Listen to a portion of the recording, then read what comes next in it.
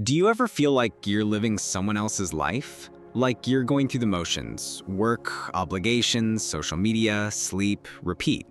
But something essential is missing. You check all the boxes society tells you to check. Yet there's this persistent whisper in the back of your mind saying, this isn't it. Maybe you've tried to silence that voice. Maybe you've been told it's just anxiety, just stress, just part of being an adult. But what if that uncomfortable feeling isn't a problem to solve? What if it's actually the most important message you'll ever receive? A desperate signal from the deepest part of yourself begging you to wake up before it's too late. Here's the thing, most people don't realize. That nagging sense of emptiness you feel isn't a mental illness. It's not a chemical imbalance that needs to be fixed with a pill. It's your authentic self trying to break through the layers of conditioning, expectations, and masks you've built up over the years. We live in a world that teaches us to optimize everything except the most important thing, our connection to who we really are. From childhood, we're programmed to fit in, to be productive, to chase goals that look good on paper but feel hollow in our hearts. We're told that success means climbing ladders, accumulating things, and keeping everyone around us comfortable with our choices. But what happens when you realize the ladder is leaning against the wrong wall? What happens when you discover that the life you've been building so carefully is actually a prison you've constructed around your own soul? This disconnect between who you are and who you think you should be creates a specific kind of suffering. It's not just sadness or stress, it's existential anguish. It's the pain of betraying yourself every single day. And in today's world, this betrayal has become so normalized that we've forgotten what authentic living even looks like. The concept we're exploring today isn't new, but it's more relevant now than ever. It's about the journey from unconscious living to conscious being. The process of reclaiming the parts of yourself you've abandoned in order to survive in a world that fears authentic human nature. The Great Masquerade. Let's start with a simple truth. Most of us are living as actors in a play we never auditioned for. Think about it. When was the last time you made a major life decision based purely on what felt right to you, without considering what your parents would think, what your friends would say, or what society expects? We spend so much energy maintaining these masks. The successful professional, the perfect partner, the responsible adult, that we forget there's a real person underneath. And the exhaustion you feel at the end of the day, that's not just from your job. That's from the constant performance of being someone you're not.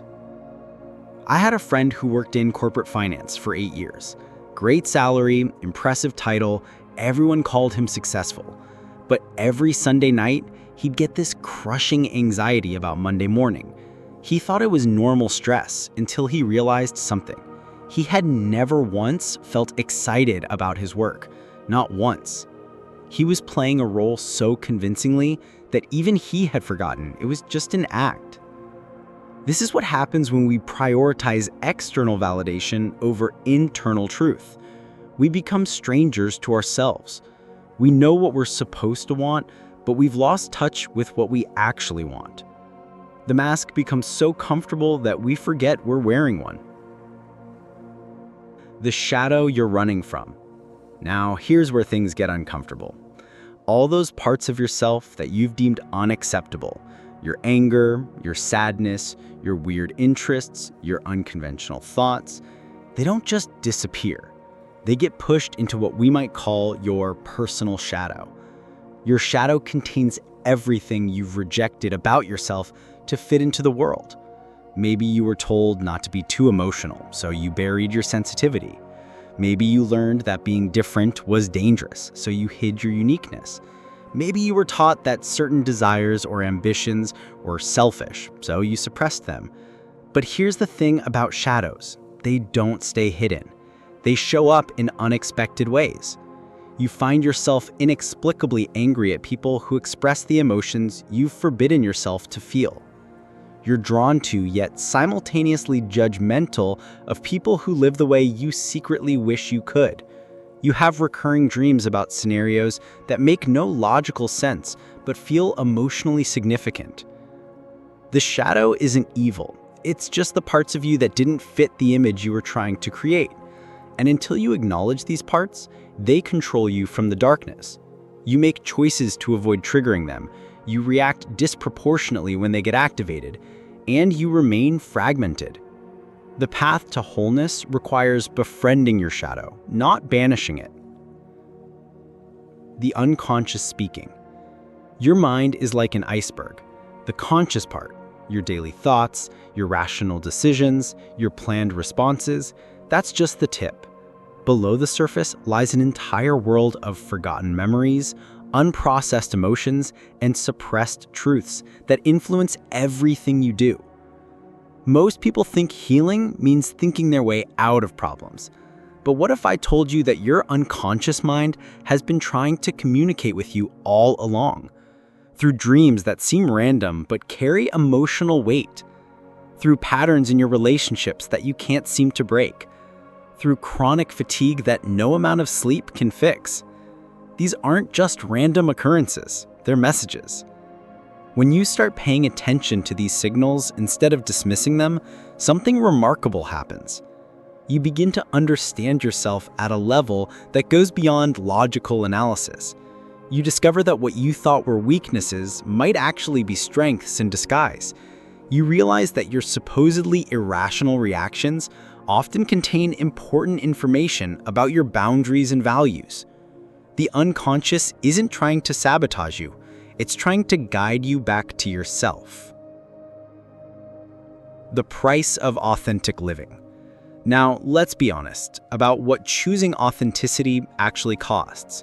It's not an Instagram-worthy journey of self-discovery with pretty sunsets and motivational quotes. It's messy, lonely, and often terrifying. When you start living according to your own truth instead of other people's expectations, you'll lose some relationships. Some people in your life are only comfortable with the version of you that fits their needs. When you change, they'll resist, guilt trip, or distance themselves. This isn't because they're bad people, it's because your authenticity challenges their own masks. You might also lose certain opportunities, the job that pays well but drains your soul, the social circle that accepts you only when you play a certain role, the romantic relationship built on who you pretended to be rather than who you are. But here's what you gain. You gain yourself. You gain the ability to make decisions from a place of inner knowing rather than external pressure. You gain relationships with people who actually see and value the real you. You gain the profound satisfaction that comes from aligning your actions with your values. Most importantly, you gain the end of that chronic feeling that something is missing, because what was missing was you, the real you, the you that exists beneath all the conditioning and expectations and fears. Practical integration. So how do you actually begin this process? It starts with small acts of rebellion against your own conditioning. Pay attention to moments when you automatically say yes, but feel no internally. Notice when you're performing versus when you're being. Start honoring your emotional responses instead of immediately trying to change them. Keep a journal, but not the kind where you plan your day. Write about what you actually felt, not what you think you should have felt. Write about the dreams that stick with you. Write about the people and situations that trigger disproportionate reactions in you. Start saying no to things that drain you, even if you can't fully explain why. Trust your body's wisdom. If something consistently makes you feel contracted or heavy, that's information worth considering. Most importantly, practice being alone without distraction. No phone, no music, no podcast. Just you and your thoughts. Most people are terrified of this because they've spent so long avoiding themselves that they don't know who they'll find. The goal isn't to become perfect, it's to become whole, to integrate all the parts of yourself that you've scattered in your attempt to be acceptable. This is how you stop wasting your life, by finally deciding to live it as yourself. The uncomfortable truth is that most people will choose the familiar prison over the unknown freedom. They'll medicate the symptoms, distract themselves with endless content, and convince themselves that this restless emptiness is just part of adult life. But you don't have to be most people. That persistent feeling that you're living the wrong life, trust it. That voice telling you there's something more, listen to it. The exhaustion from wearing masks that don't fit, honor it. Your authentic self has been waiting patiently in the shadows, holding space for the moment you're brave enough to remember who you really are. The question isn't whether you're capable of change, it's whether you're willing to stop betraying yourself. Here's what I want you to do right now. In the comments below, complete this sentence. One thing I've been pretending about myself is... Don't overthink it. Just write the first thing that comes to mind. Sometimes the most powerful transformations start with the smallest acts of honesty. If this resonated with you, hit that like button. It helps others find this message when they need it most. And subscribe for more content on living authentically in a world that profits from your self-betrayal. Your future self is counting on you to take that first step today.